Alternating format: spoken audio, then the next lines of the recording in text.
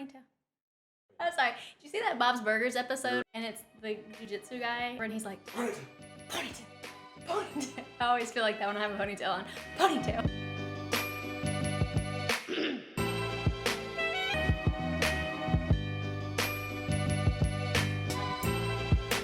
Hey guys, it's Ashley, and today we're talking about nibs, and specifically which nib should you get if you're a beginner. First and foremost though, what is a nib? A nib is the actual device that you're using to write with your ink and your calligraphy, okay? This is how calligraphy happens. So it's this guy.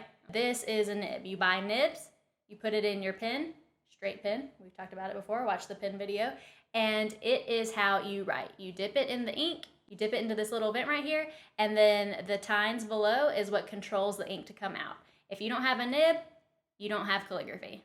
So that's what it is. There are actually a lot of nibs out there, and so it can be a little confusing and overwhelming. And there's also kind of a ton of information about them as well.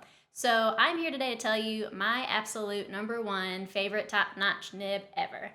And wait for it, it's the Nikko G. And I love it specifically because I think it's the best, and also because it sounds like the name of a Guido guy that lives in New Jersey. Nikko G. The Nikko G is a really great nib, and maybe I shouldn't say the best because you might get it and be like, ugh, this is the worst thing I've ever used.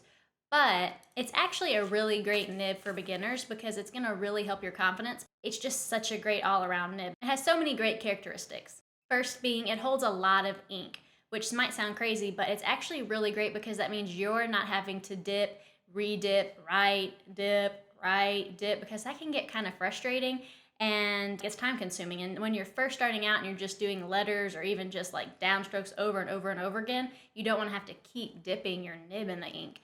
So that's a reason why it's great. It's strong, so that means that you're really learning the right pressure for when you're doing your downstrokes and your upstrokes, which is what makes calligraphy, is having those really, really, really thick downstrokes and those fine line upstrokes. And the Nikko G is great at producing that. It's great at helping you learn how much pressure to put on your way down and how much to let up on your way up. So it's really great for that reason. If you have a really flexible nib to begin with, it can get frustrating because it makes really thick and really thin, and you don't really get that great sense of hand memorization that you really need for when you're first starting out. These nibs, the Nikko Gs, they actually last a pretty long time. They're really sturdy. And while there's no real like one size fits all how long nibs should last, the Nikko G could last you up to several months, depending on how well you take care of your nibs, which we'll talk about in another video.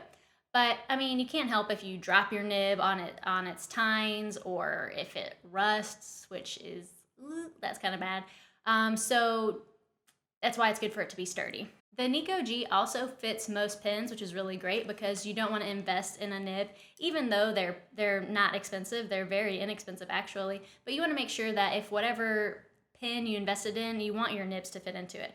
So that's what makes the Nikko G really great, is it fits in almost any pen, whether you have a universal insert or you just have one of these like speedball pens like I have, and see the Nikko G just pops right on in there like the badass that it is. So that's really a great characteristic. You want your nibs to fit in as many pens as you can, especially when you're a beginner. When you get more invested into it, then you'll probably find a nib that goes with your perfect pen and the kind of ink you're using, which is overwhelming, so that's why we're just talking about the Nikko G today. And lastly, the Nikko G writes really smoothly, especially if you're on the non-fibrous paper like LaserJet printer paper or on Rhodia paper. It writes so smooth, I can't even tell you. It's like butter. I don't know, it just is the best. It really writes really smoothly, and that's something that's really great because when you're first starting out, you don't want your nib catching on, I just did this, but you couldn't see it, like catching on fibers in your papers, because that causes ink spots, that causes blobs to come out, and it just ruins your paper, and then it ruins your mood, and then you're like, I don't even want to do calligraphy anymore,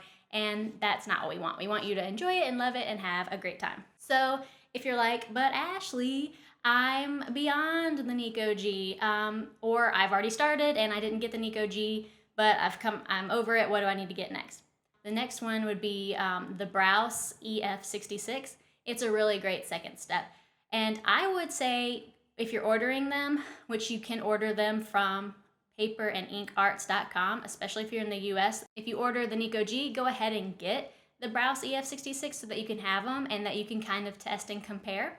And also when you're ordering, go ahead and order 2 or 3. I mean, they're $1.55 or $2 and some change a piece.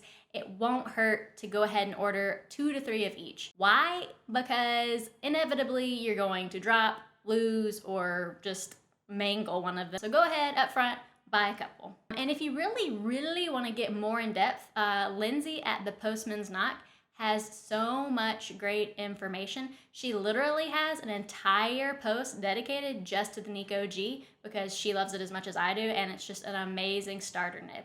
She didn't actually start with the Nikko G, and she wishes that she had. So avoid all that turmoil and just get the Nikko G and start with it. So thanks for watching, guys. I hope you learned a lot. I hope it was helpful. Don't forget to subscribe below, and see you next time.